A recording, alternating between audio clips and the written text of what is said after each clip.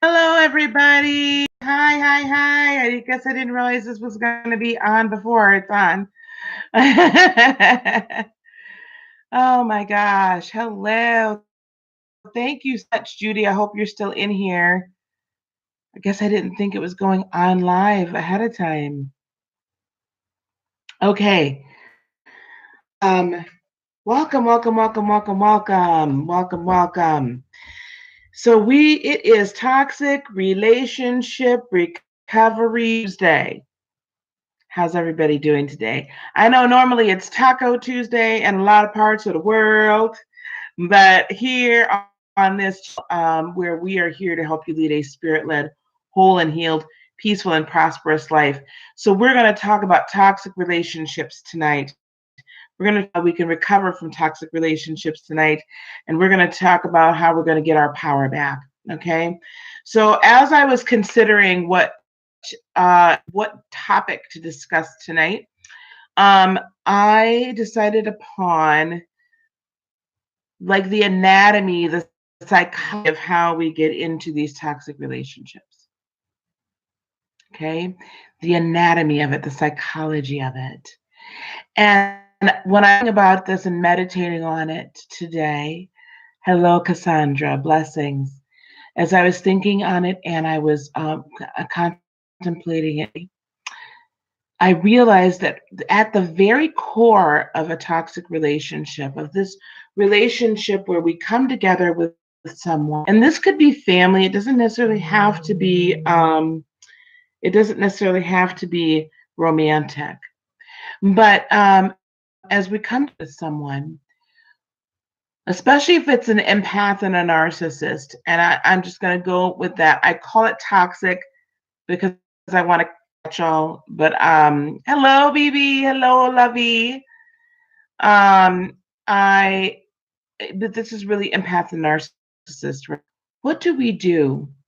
We we put ourselves and our needs and our wants and our happiness literally second to the person we're in relationship with.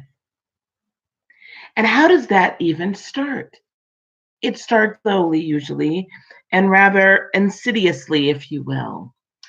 It starts with the little bit of controlling here, controlling there. So I'm going to refer back to my own relationship. And as I'm talking, you guys can type in the chat and let's like really illuminate how this works, right? So for myself, it was during the courtship period, the love bombing period by my ex narcissist or the ex narcissist because he's not mine anymore. Um, the ex narcissist, how it started was it was the sad story. I think we've all heard it. Hello, Miss Virgo. I think we've all heard the sad sob story, right? The oh my gosh, you are so wonderful. Used and abused by everybody.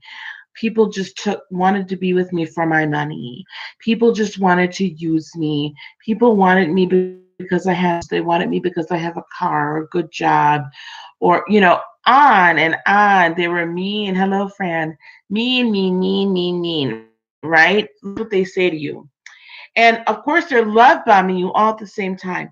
Because what else do they say? You're so kind and you're so gentle, loving, and you're so giving, right? That's the other thing they say to us, isn't it? So here we are, and we're going dancing, and we're doing all these fun things because what's another thing that they do when they start off? They ask you everything about you, what you like, and they want to know, like they tell you they put up this false transparency. Okay, false transparency of I've been used and abused. It's been horrible, right? And that sucks you in because healers and empaths, what do? We want to heal it. We want to fix it. Oh, poor honey. Yes. Oh, you've been hurt. Puppy. Let mama come love you. Let daddy come love you. Right? That's what we do because that's who we are. Okay. So they find out, well, have you been hurt too? Oh, yeah, this and that. So I told him everything. Silly me. Everything. And then we'll go dancing, we go this, we go do all these fun things, right? You have this great time. And all this while, what are they doing? They're still telling you about how they've been victimized. And then you might say a little thing. Like for me, it was he was down one weekend before he had moved in, and I went to Costco. I went to the store. And then I was gone for 2 or 3 hours. I mean, you know how we do when we said we going out shopping. While we're out, we're gonna hit every store. We when we come back with all them 50 million bags, we trying to be in the house. So we went out and did. I went out and did all this. So I'm gone for 2 or 3 hours.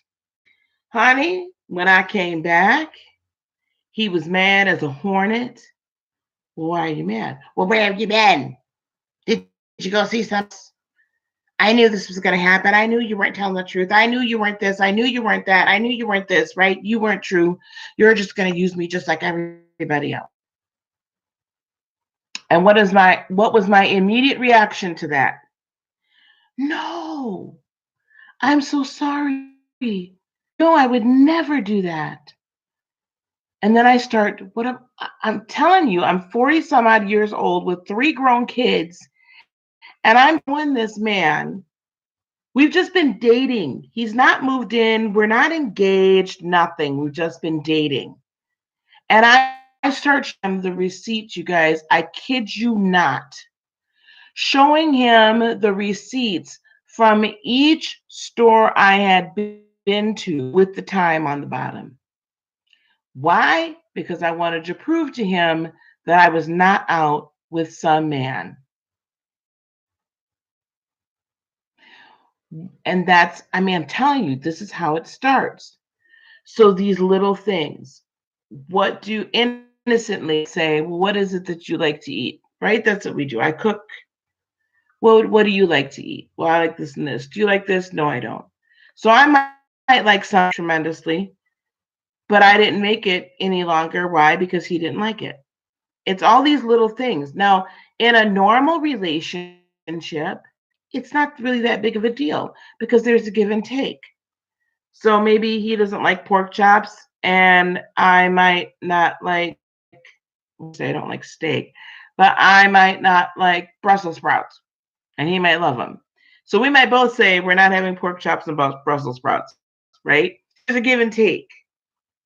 But in a toxic relationship, in an empathic and a narcissistic relationship, they suck you in and you start putting your neck in doing very small, little things.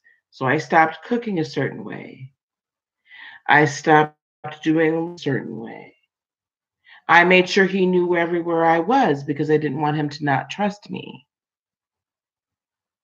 I rid of people on Facebook friends that I've been longtime friends with. I was like, we can't talk like we used to and joke around because you know, my man feels it's disrespectful to him. It's little after little after little things that we do because why we think this is the way we should be because we're trying to create this relationship. Okay. We're trying to create this relationship. And we're trying to be a good woman or we're trying to be a good man.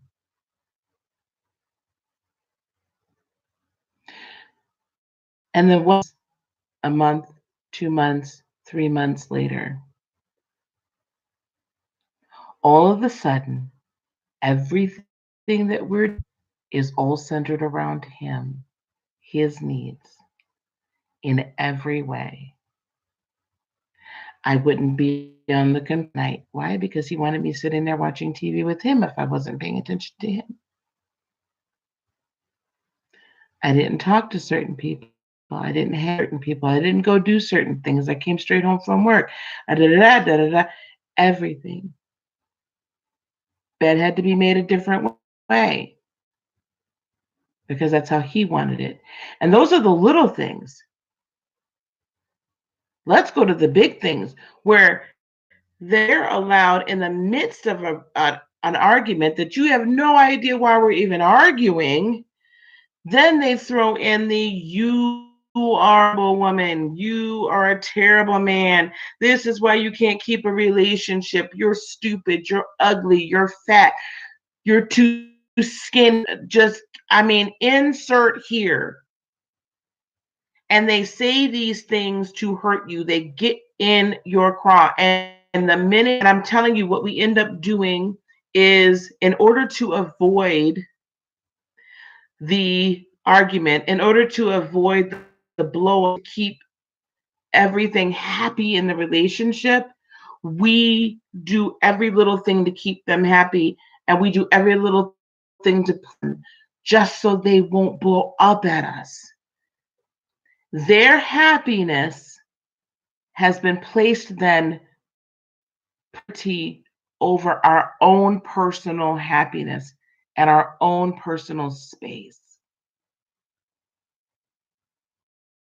That's what ends up happening, and it happens before we ever realize it. Then we one day and we're like, how the hell did I get here? Right? We're sad all the time. Why are we sad? Because his happiness or her happiness in front of our own. Now, let me tell you what that does spiritually to you. Like walking on eggshells. Yeah. Because you don't want to, right? Even if they're not physically abusing you, I will tell you, I was literally afraid. And I didn't realize this until I got out of it. I was afraid. So afraid. Because I didn't want him to not love me. I didn't want him to disappoint him.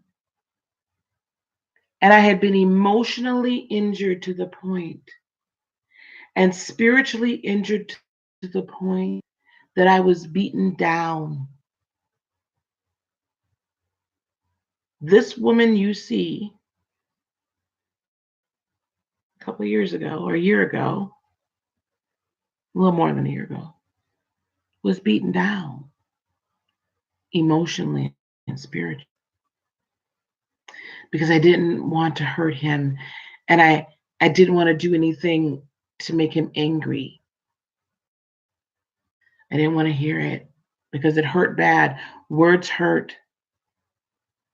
Sometimes I thought I'd almost rather that you hit me because it'd be over rather than the sting of the words.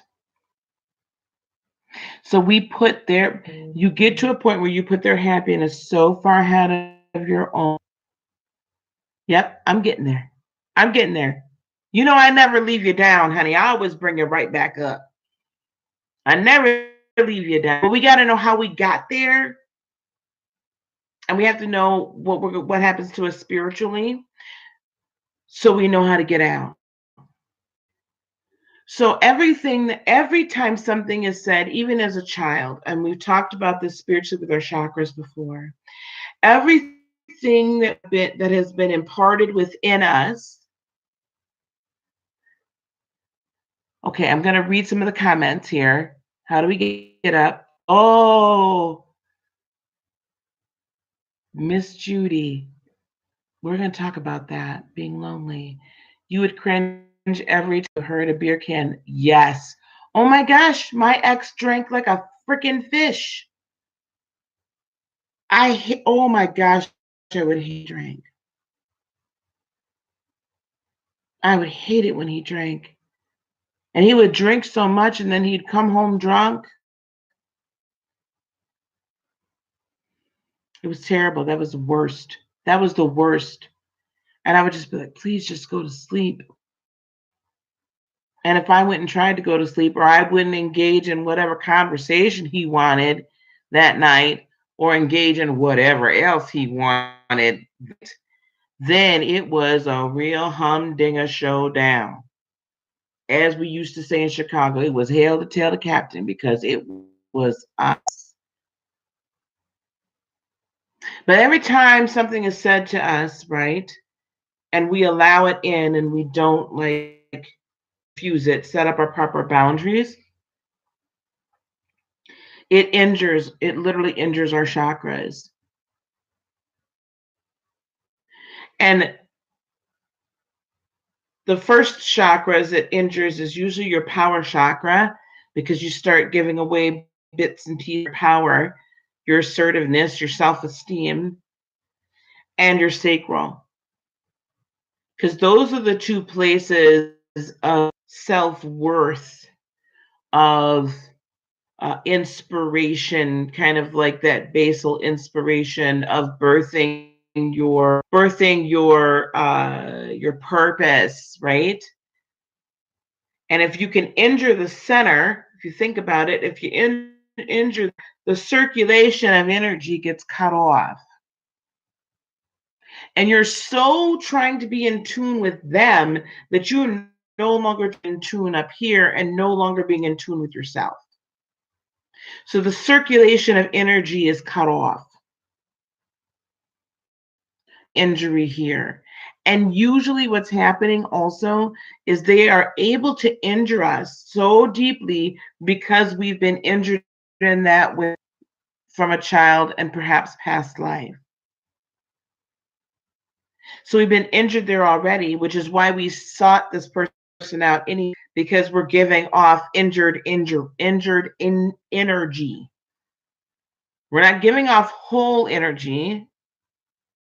We're off injured energy. And hurt people, right? They're hurt. And like, oh, this is somebody that's so hurt. They know this spiritually. Some of them know it consciously, but they know this spiritually. And we attract our lives. And we don't even know it. And we'll do it over and over and over and over and over and over again. So the first part of the healing process in this realm is, first of all, recognizing that we have put others. You say he drained his energy, but he was taking mine. Yep, he would twist words. Oh, yes, narcissists twist your words so good. Oh, my God, they're great at it. They're great at it. Most politicians are narcissists. They're perfect at spinning. So the first thing we have to do in order to heal is recognize this is what's happening and own it. We got to own it, folks. We got to own that we gave it up. We have to own the fact that we have put others' happiness in front of our own. We start looking at ourselves that way, I guarantee you're going to find in almost every relationship you have, be it familial, be it professional, friendships, you're going to find that you do that on a regular basis. Yeah. We're going to come back to that, BB, in a minute. Let me go through this, and we're going to come back to that. I'm so sorry. Because that's how the narcissists are made, right? Through abuse. They were severely abused, usually, as children. And you either become an empath or you become a narcissist. You either become, and I'll say this in this way, you either become the abusee or you become the abuser. And I don't use the word victim because I don't want anyone to ever label themselves as a victim. Because that victimality is what keeps us attracting victimizers. That victim energy keeps attracting victimizers. So let me go back. First, we have to recognize this is what's happened. Then we need to recognize you really analyze your other relationships, right? It's probably been happening for a while. And in every other relationship you have. Holy crap. Then we have to go within ourselves and say, why? This is the do the work part. This is the doing the work part. This is the tough part. Because once we own it and take accountability for it, once you are able to take responsibility for something, then you're able to change it. But until you actually say, this is what's going on right now, you can't change anything because you're still delusional. You're still delusional. So you own it, you recognize it, and now we have to go and start saying, why? Why am I like this? Why don't I feel that my happiness so selfish? Even as I'm saying it, and I know as I'm saying it to you guys, it's probably ringing in your ears going, no, right? Everything, depending upon where you are in this walk, right, is probably bristling and saying, oh, that hurts. No, no, no, no, no. I can't be that selfish. Put my happiness first. I don't mean that in an egotistical way. I mean, we got to put ourselves first. I mean, we have to recognize that we are worth it,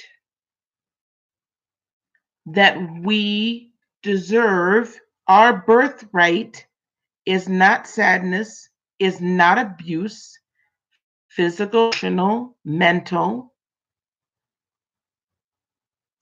Our birthright is not to be a victim.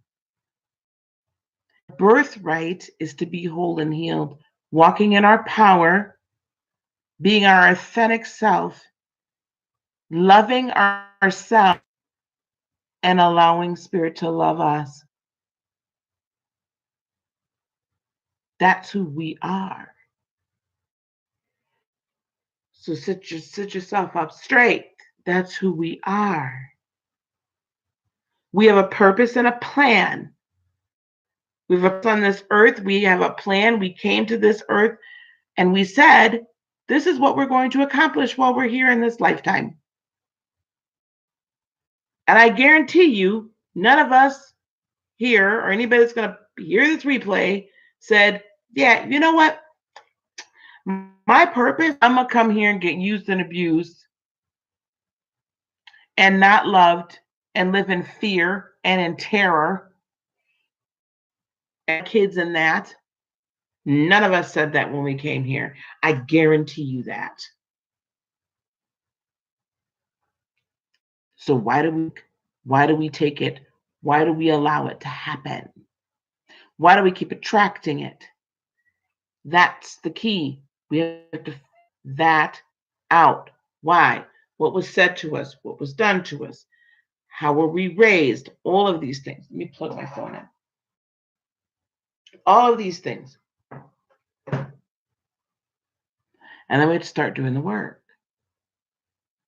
Then we actually have to start looking at ourselves and loving ourselves in spite of our faults, in spite of our imperfections. Okay? This is the concept that's so difficult sometimes when we are willing to put our own happiness, when we say, oh, that hurts, Lisa, don't tell me to put myself first. Someone, somewhere along the line told us we did not deserve to be priority. We did not deserve it. Somewhere, someone, or a lot of people said it to us. And we got to get rid of that, man. Thank you, BB. Somewhere somebody said that.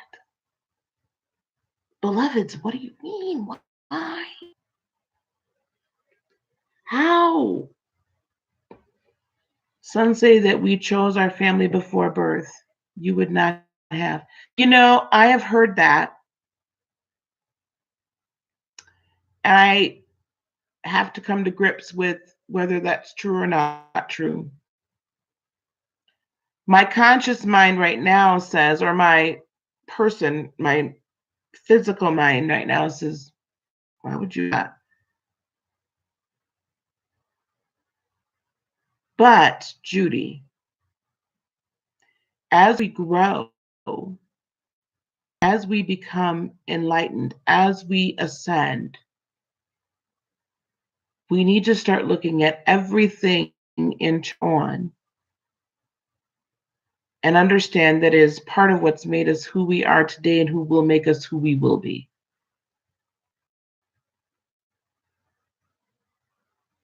God redeems the time. There's nothing wasted. So I could look at my child and say, ooh, dad was horribly abusive to mom and to us. To me, physically less than my brothers. Certainly a much less than my mom. And I could look at that and say, I would never have chosen that. But growing up through that, growing up through young adult womanhood of making poor choices in men, not that abused me, but men that I could control because I was never going to be by my mom, like my mom was. And then ending up with the narc at the end of that portion of my life. Thank you, Ms. Virgo. Had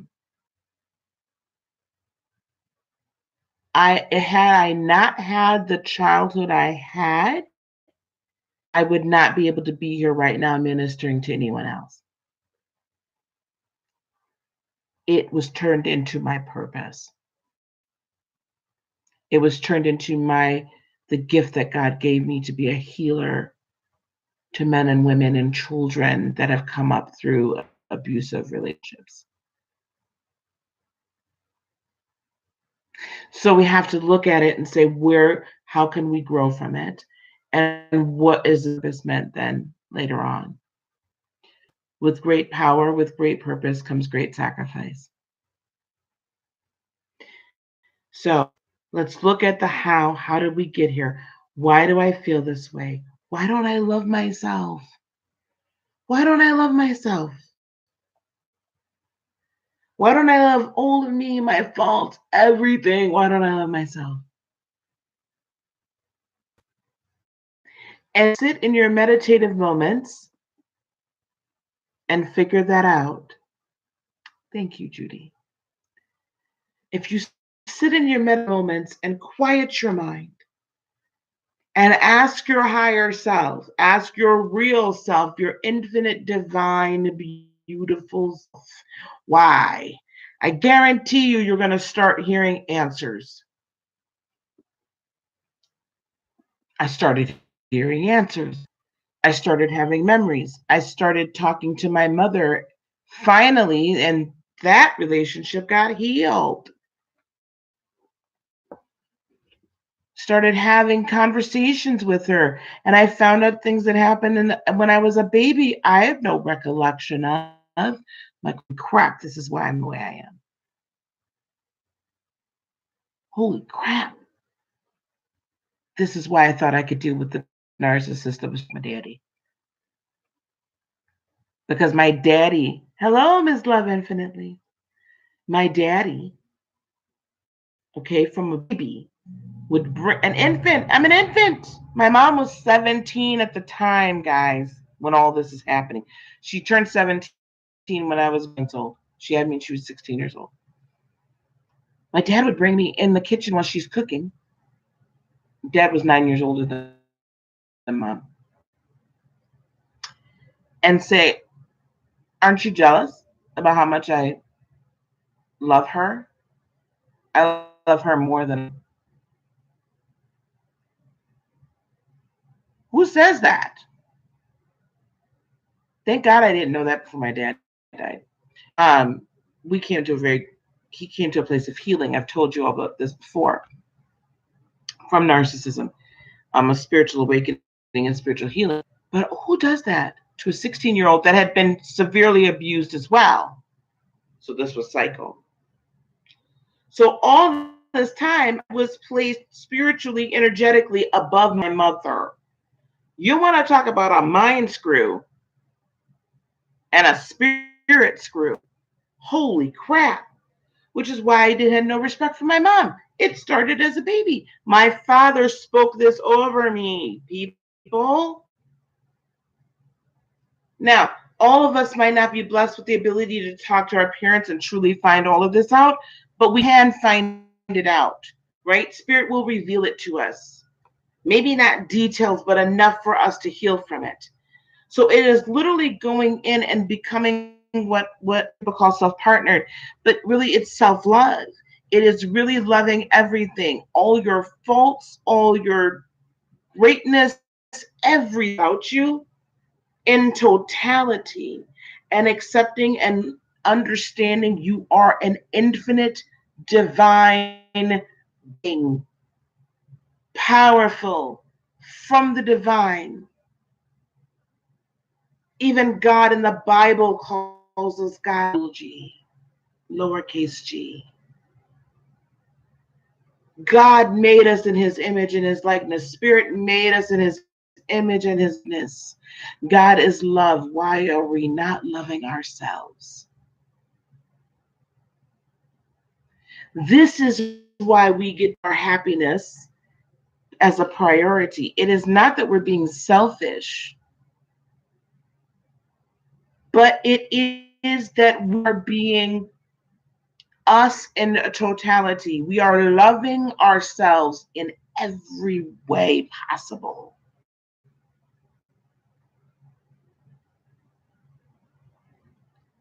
In every way possible. When we become self partnered and love ourselves and are comfortable being by ourselves, like I'm by myself now, I'm happy. My youngest daughter, now that I'm okay, she moved in after the divorce or during the divorce. She's moving out. She's 25. She's got a job. She's doing a good thing. I'm happy because I get to be by myself. When we are self partnered and love ourselves, the thing about putting our own happiness first is not that I'm saying I'm so much more important than anybody else, because this gives me joy to be able to come and talk to you.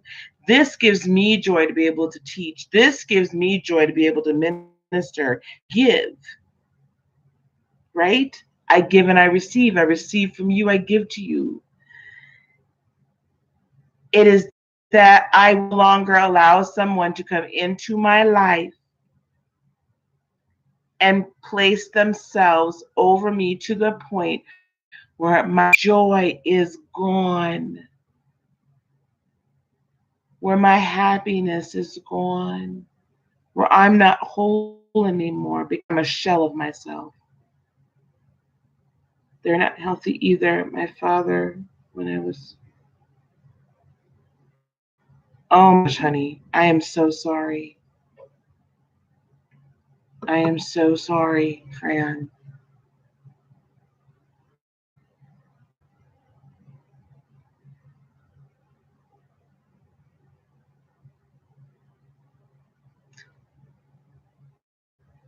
Fran's situation, what did she learn it for? She was robbed of maternal love and safety and protection. Our mothers, right? We birthed from them. They protect us from deception. Father, then, this is the man that's supposed to be the great protector, the great provider, the lover of her soul.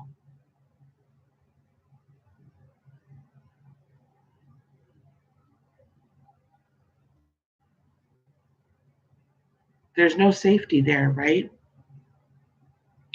There's no self esteem there.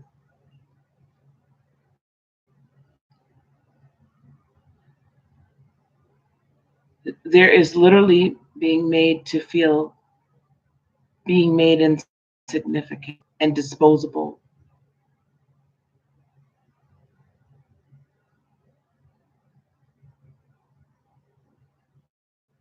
That's those deep feelings, that's those deep situations that get us into these toxic relationships. And it is that has to be healed. And I guarantee you, it's not easy and it's not overnight. It is, but it is available. And it is layer by layer. And it is allowing God to literally love you through it. And it is literally, I say this over and over again, and some of you guys are probably like, she always, but I will say it till I'm blue in the face and after. You have to forgive yourself for not being able to speak, for not being able to protect yourself, for not being able to get yourself out of that situation as a child. And I say this again, that is because since our spirits are eternal and infinite, what we know, we have ancient wisdom that is birthed in a baby. So the ancient wisdom says, this ain't right. I know this, got to get out of this situation. Speak up, do something, take care of us. But we can't because we're a child. So we have to forgive of that because we carry that through into adulthood. So not only do we have to forgive our abusers, we have to forgive ourselves. When we begin to forgive ourselves is when we then begin to take our power back and our happiness back and become whole and healed and love, because the self-hatred comes from the fact that we could not do a damn thing about the situation. That's where the hatred comes of ourselves. We were told we were nothing. We were told we were ugly. We were told we were disposable. We were told we were worthless. We were told all of these things, if not in word and deed or both, or by that look and that energy. We developed self-hatred from that time. And now as adults, we have to fix it. Living in Mexico, my shaman has started helping me heal. His English isn't good. He said I was on our whole spirit. We're working on it. That's wow.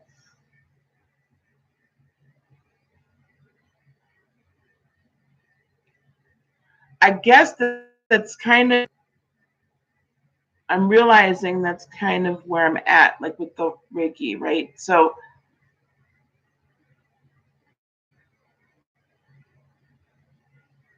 the reason why Reiki is so wonderful for me as a vessel and something to use, a tool, is because it truly allows a true transference and channel of spirit that brings a tremendous healing. Because when we can get into those past memories and those deep memories and those deep injuries and those generational, I call them generational curses, but generational things that have been handed down, issues, I'll call it a curse because it is. Then we get in there, we heal it, we dig it out, we get rid of it. Jack, hello, love. We dig it out, we get rid of it.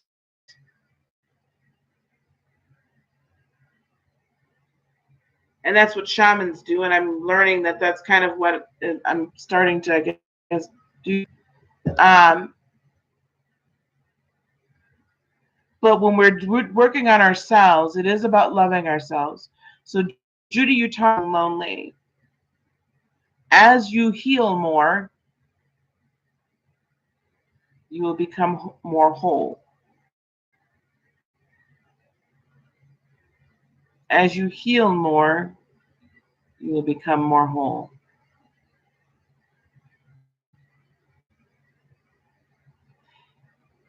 As you become more whole, you become a lot less lonely.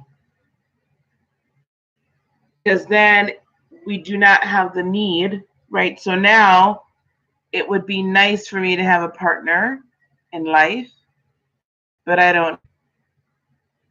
That's a very, very different place to be, my friends. When we're in toxic, codependent relationships, we need person, the other person needs us. There's this need thing happening, needy, needy, needy. But when we're whole and healed and we're coming into the relationship way, or at least partially, a good amount of the way, then we're bringing our whole self,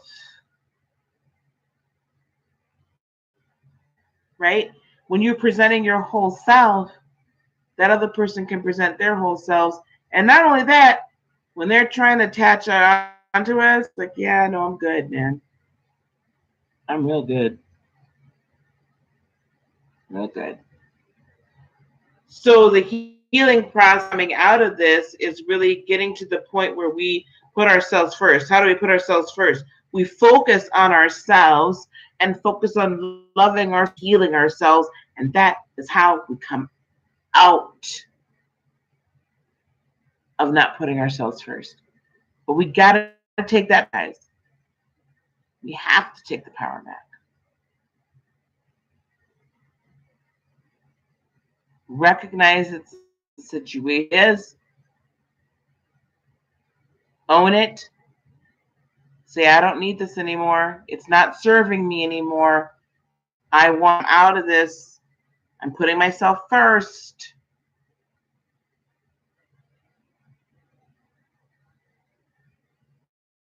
And with yourself and say, why?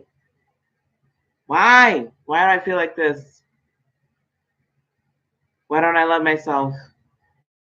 Allow yourself to illuminate it to you, because it will. Spirit will show you.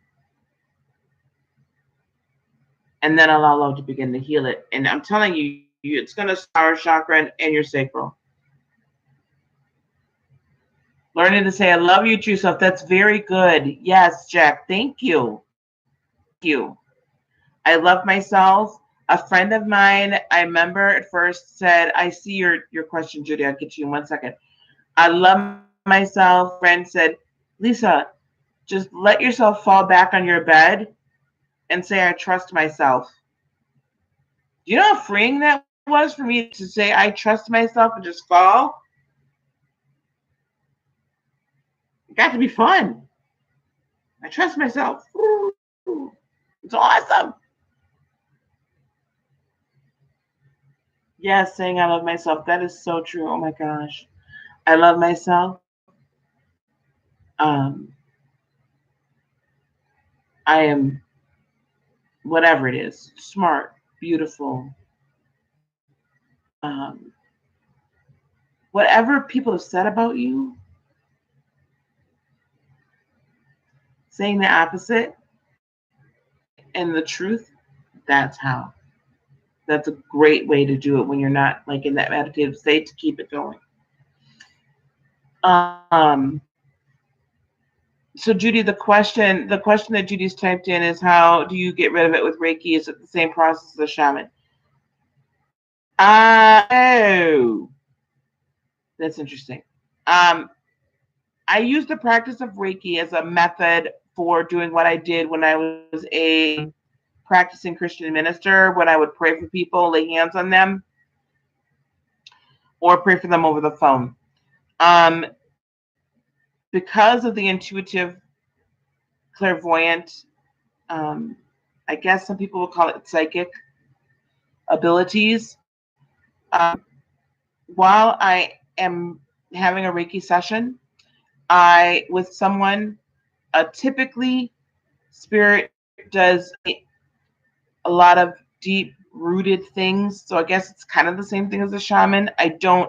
It's not a ritual or anything. I never really got into rituals. I just did the work. I just flowed in the anointing.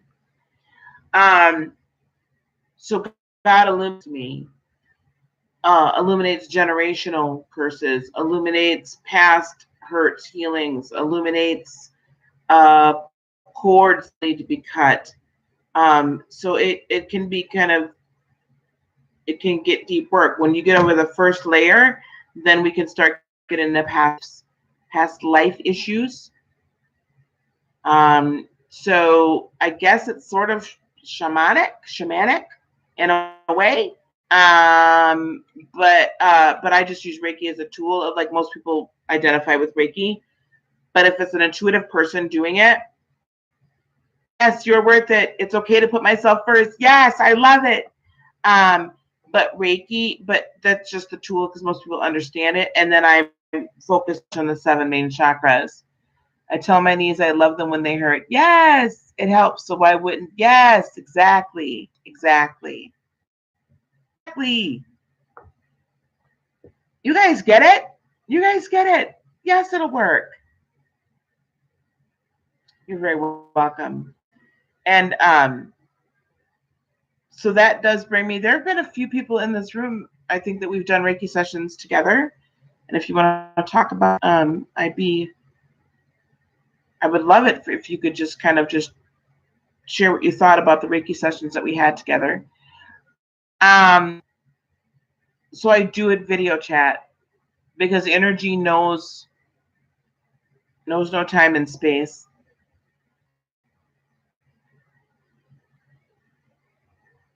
Fran, I owe you a Reiki session.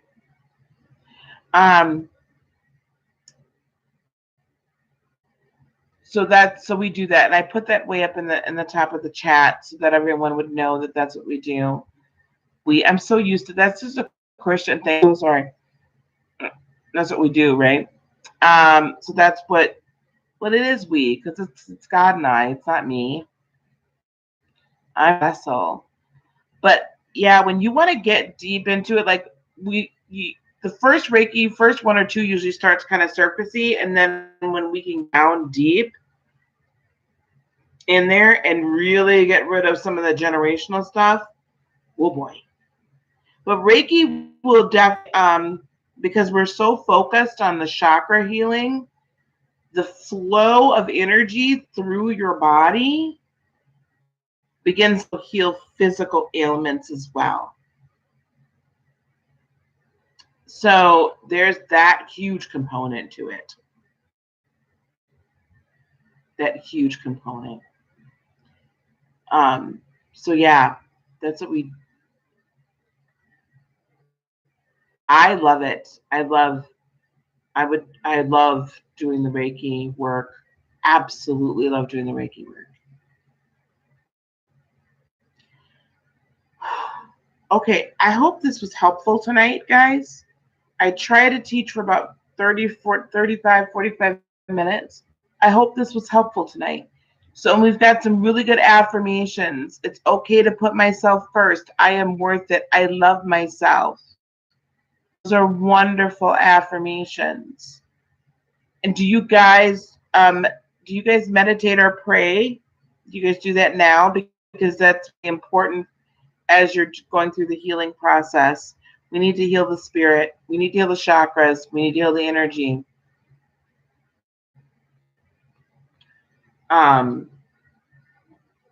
Good. I'm glad.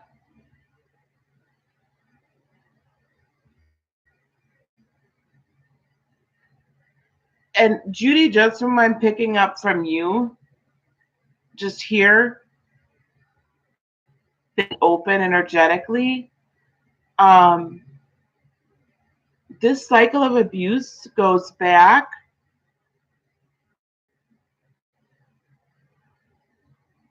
3 generations on your mom's side.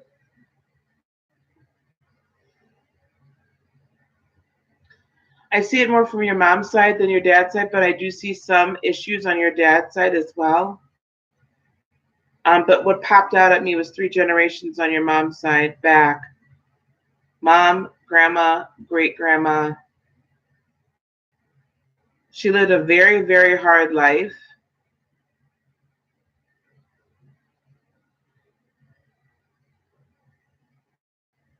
She was basically sold into marriage. Her husband was in, and she was young, very young. And her husband was incredibly abusive. Beat her a lot, just for nothing. Was abusive to the children. And she'd put herself in front of the kids.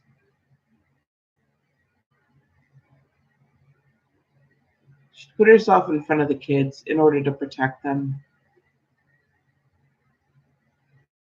Jack, I have to email you, dear.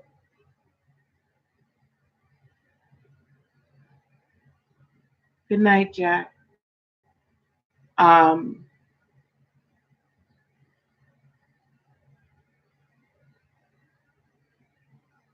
She was sold in a marriage.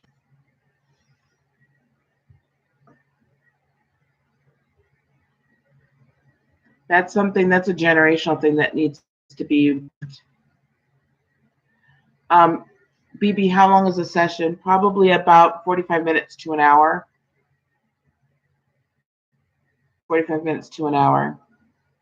That's usually about how long anybody can handle it. As you do more sessions, then kind of build it up, right? To, sometimes, like now when I go to my Reiki master, it's like an hour and a half session. Sometimes, most times, but it could be an hour to an hour and a half. So Judy, that's what I see for you right away.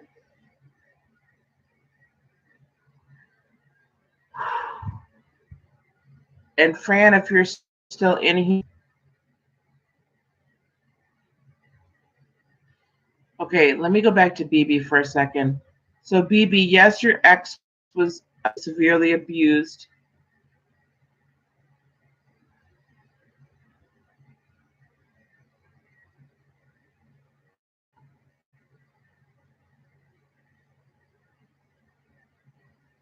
Sexually abused as well. Thank you, Judy. If you email me, if you would like a Reiki session, hang on. You would like a Reiki session to schedule one with me, you can email me and we can schedule it. We're working on the website, so you guys will be able to go and schedule them. But I would be honored to work with you if you would like me to. And I'd be interested in knowing, how did you move to Mexico? BB, so your ex-husband, I believe he was also sexually abused. Hello, Tawanda. I see him just cowering in corners. I see him praying and hiding under his, as a young man, as a boy, 6 or 7.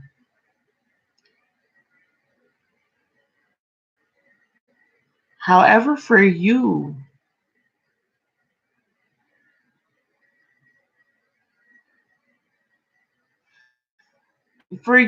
it's almost past life.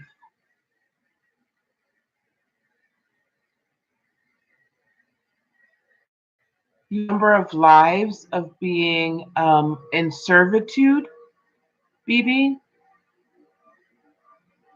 and kind not almost in servitude, and others being jealous of you because you were favored. So that's some past life stuff that's going to need to be cleared out for you. But there is some transference of spirits because you guys were married and had children. There's been some transference of spirits to you. That abuse, that would need to be cleared.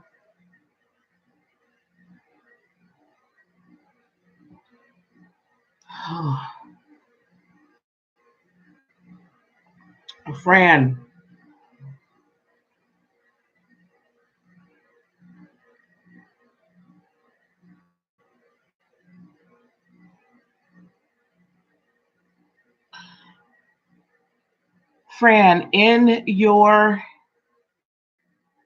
father's lineage, long story, I escaped my ex and manifest to move. Oh my gosh, that's beautiful. Do I do trades? I don't know. I guess that would interesting.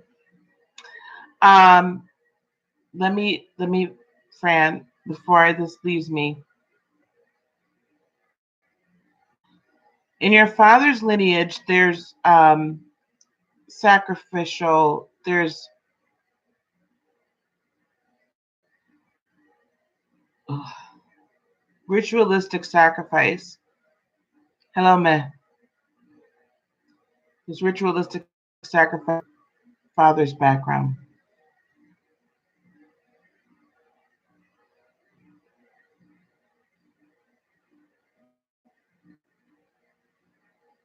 Very long, I'm 1700s ish, 1800s ish, 1700s. There were some blood pacts made,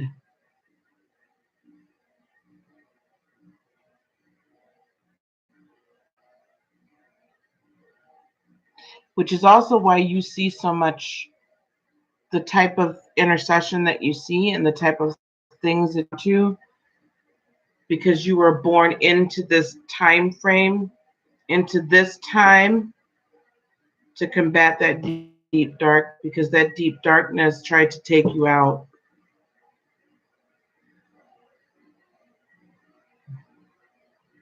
Mhm. Mhm.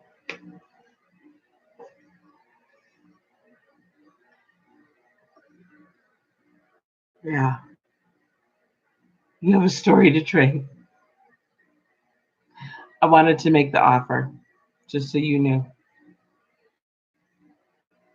Mm.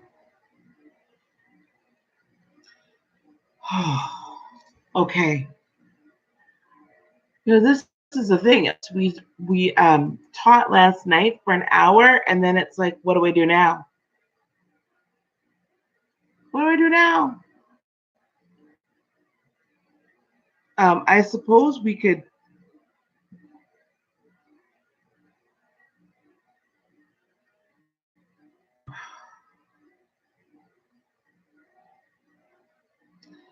Okay, this is what we do now.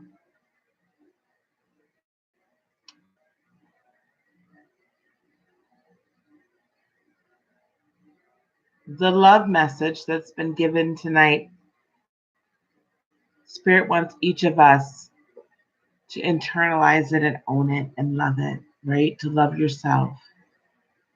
When you become self partnered, when you're in love with yourself,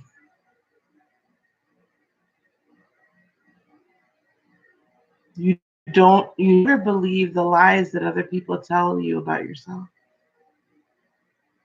right? You no longer believe those stories because they're just stories and they're not true. So I think what we will be doing very soon is starting, as soon as I get the website up, a meditative series um, on this. The other thing I would like to do, and I'm going to put it out here for you guys, we talked about this before, is I would like to start an like a group that meets offline or on another platform, um, but to be able to do some like deeper counseling.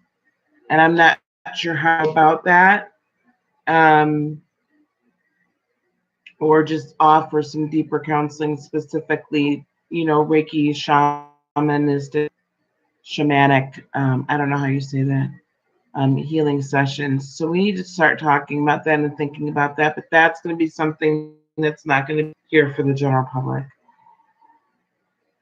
Okay, I guess I should probably open this up to questions or statements or reading, or I'm not even sure what to do with this because this is such a pure energy that I feel right now. It's energy. It's such a beautiful energy, a love energy, a depth. It's very important though for us to begin to root these out so we can move forward and manifest more and we can ascend to the higher self, that we can get to the next spiritual level, because that's this moon, right? That's this moon cycle is all about ascension and a gaining and material abundance. So it's very, very important for us to do that, beloveds. important for us to do the work.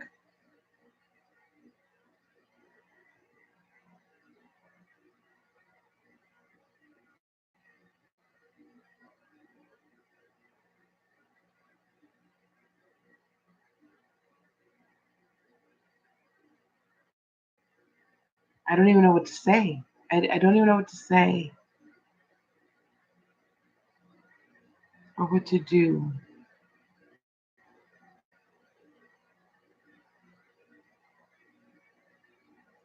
Just sit in this moment and in this energy right now. Well, one starts with just asking oneself, why? Why don't I love myself? Or simply saying, I forgive myself for being in this relationship. Start there. And then as you're meditating or praying, allow spirit to just wash over you and bathe you in love and light. And as that light comes through your crown chakra and down through your rest of your chakras, begin to illuminate the areas that need to be healed. You'll see the light in different colors. I used to see yellow light all the time. Power chakra got healed up. There's still little bits and pieces, right? But we worked on that chakra for a long time, let me tell you. And then we worked on the sacral, and then we worked on root, and then we worked back up on heart until the flow of energy was good and even.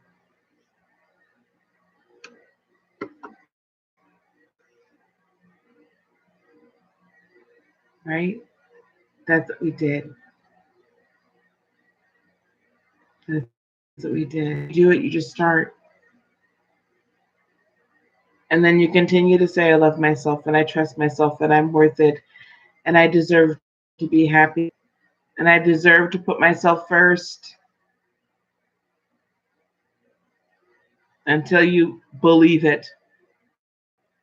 The more you say it, the more your mind hears it, the more your body hears it, and it becomes your truth.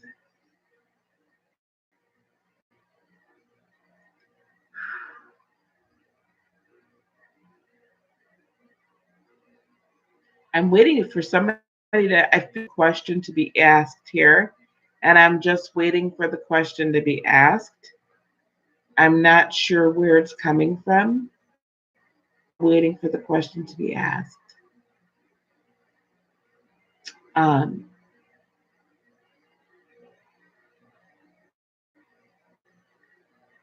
yep, that's good. But also doing the conscious work. We got to do the conscious work.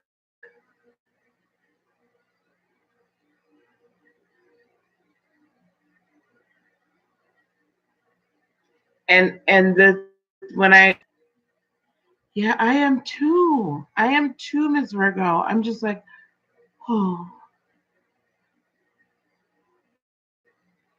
I'm like spiritually high right now. I'm just like, ooh, gone.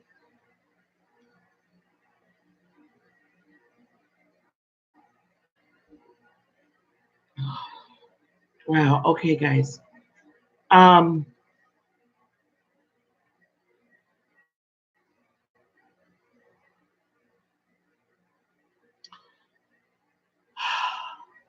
I know it's beautiful, isn't it, Wanda? Who knew over YouTube this could happen? All right. We, even though I don't want to, I don't know what I'm waiting for. It's like I'm waiting for something.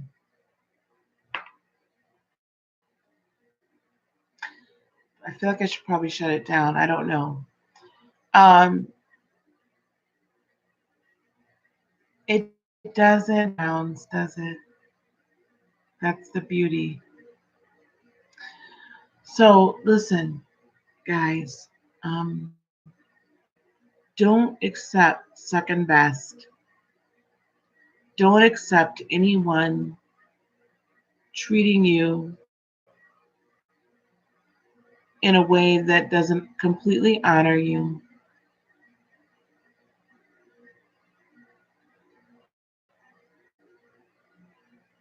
Don't accept it. Okay.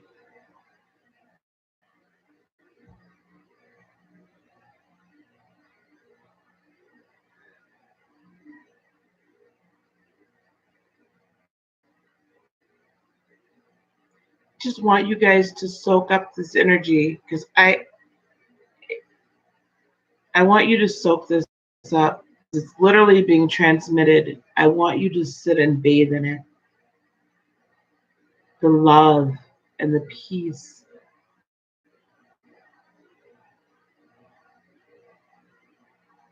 Hmm.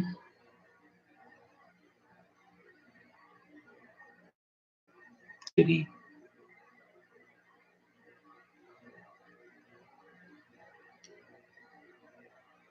Okay, guys. So, thank you. So, I'm going to put my information up here one more time. I want you guys, if you would like to schedule a Reiki session with me, um, please email me. Um, the information on cost is down in the description. Um, but email me and we can, if we need to figure something out, put it that way. Let's figure it out. I don't want to deny anybody anything. Um, or if you want an intuitive reading, could be tarot, could be not, whatever's there. We'll do that as well. Um, but it's available. So Thursday night, my Reiki master with me, we are going to be together and we are going to teach on the nature of auras, what an aura is, what it means. Um, he might teach a little bit more about Reiki, but we're going to be together Thursday night at 8 o'clock Central, so same time. I'm very excited for you guys to all meet him. Tomorrow night, I'm going to have a guest reader with me. She does not yet have her own channel, so we're going to do readings tomorrow. And, I'm going to start having guests come in on Wednesday, potentially. Some Wednesdays I'll be doing some other things. And then I want you guys to, Thursday at 8, and then doing free readings. And I want you guys to mark on your calendars October the 4th. That's a Thursday, 8 p.m. Central, 9 p.m. Eastern. My Reiki master, Jeremy, and I will be teaching a class. It's going to be in Zoom. It's going to be about an hour to an hour and a half. And we're going to be teaching on what happens to your aura, the aura of a Christian, when we become spiritually enlightened. That is going to be a tremendous, tremendous time and a very deep teaching. That's going to be $20 because we're going to be doing it Zoom. I will have space for literally 100 people. I don't know that we're going to have 100 people, but enough conference room lines or video conference lines for 100. So that's October the 4th to start putting your $25 together. It's not that expensive. And hopefully by that time we'll also have, I know by that time we'll have the website up so you can sign up for there as well. And then you'll get a video recording of the class afterwards. Okay? Available for download for you for the 25. So I just want to make those announcements so that we don't forget. Again, schedule that with me. Yeah, I just don't even want to do anything else here. And last but not, I'm going to announce it here, and I'm probably going to go on live here in a few minutes. I'm going to have a logo contest, logo for my website. So it'll be the winner will get either a free intuitive reading or session, but I'm going to figure that out, figure out the time frame for it, and I'll give you guys a little bit more information because the website's going to be heartofinspiration.net, and that's going to be the overreaching umbrella for everything, for manifestation, for narcissism healing, narcissistic abuse, relationship healing, spiritual teachings, and then the intuitive portion. Hello, Liam. How are you? So that's what we're going to be doing there. Okay. Does anyone else have? Does anyone have any questions or not? Because otherwise, we're gonna turn this. We're gonna shut this down here. I haven't even eaten, so I need to go eat.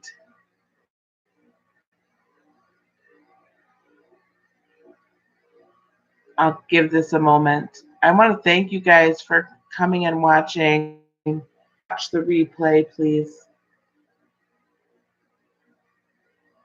What do you want to ask your grandpa, Liam?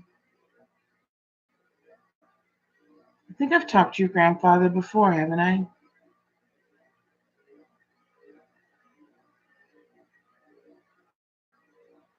What do you want to ask your grandpa, Liam?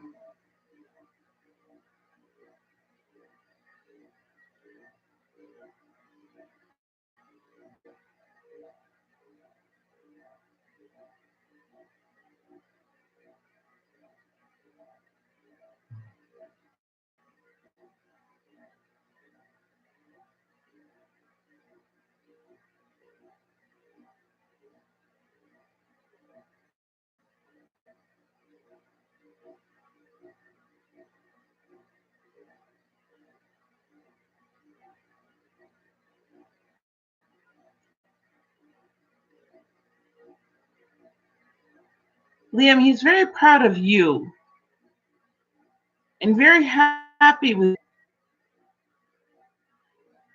Are there issues with your mother?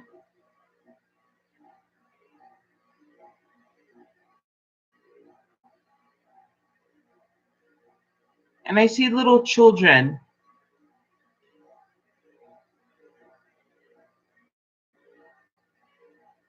Is there something going on with your mother, Liam?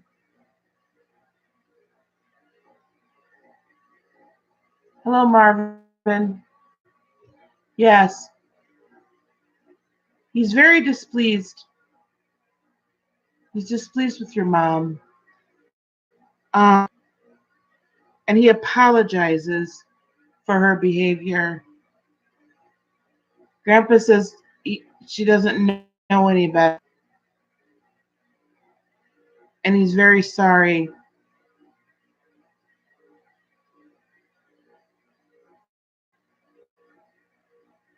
But he loves you. And you are everything. You're the light of his eye. You're the light of his life. You're his legacy.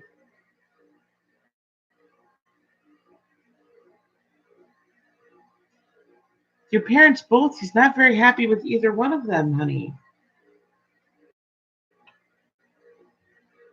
And I don't know why your mom popped up first. I keep hearing she doesn't know any better and that he tried.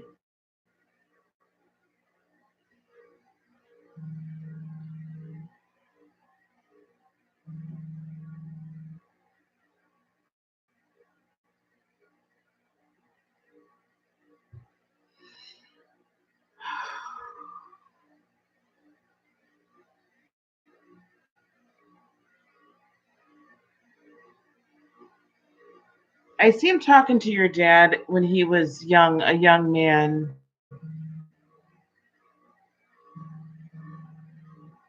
A young man, like on a porch, teaching him how to be a man, teaching him the right way to train up his children, teaching him, trying to teach him or tell him woman was a good wife to have. And he's like shaking his head. It's like a knife and a whittling knife with an apple. And like a paring knife, like he's peeling an apple.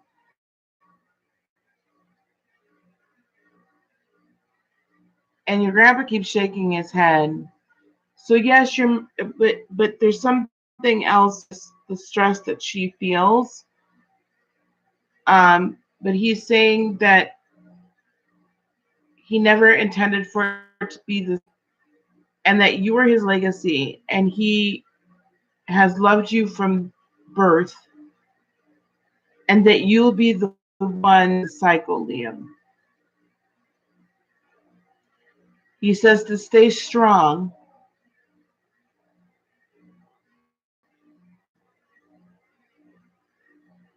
that it's not your responsibility to fix it. It is your responsibility. Your sole responsibility is to love them, but it is not your responsibility to fix them. Your siblings, because you're supposed to take care of your siblings. I see ones. I see little ones. I see little ones. Do you have siblings? Because he's saying it's your that wants you to love them and care for them and tell them about him, about how wonderful Grandpa was. Yeah.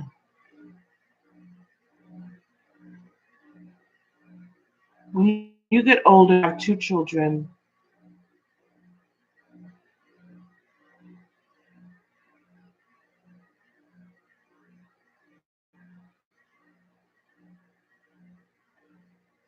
See two kids for you when you get older.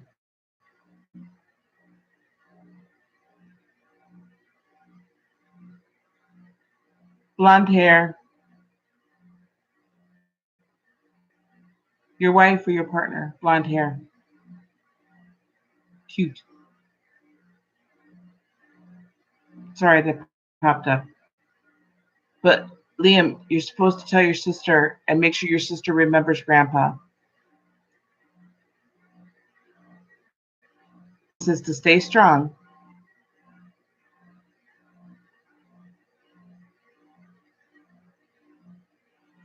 You don't have to stay to fix. You need to get. You need to be safe.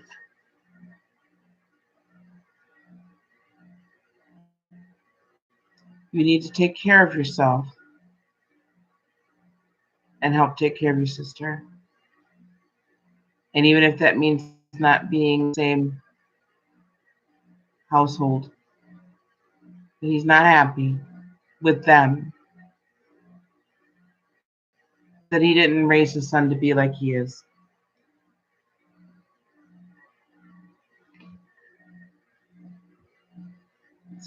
Sometimes some thoughts pop up, sorry. But you're going to have two kids, a boy and a girl. I keep seeing those little ones running around.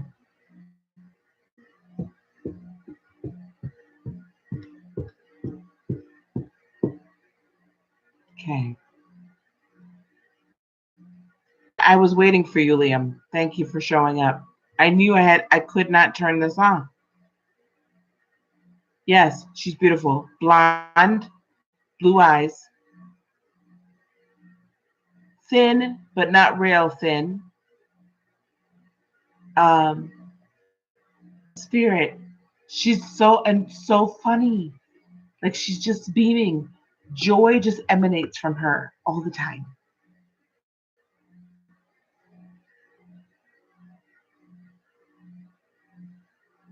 Joyful.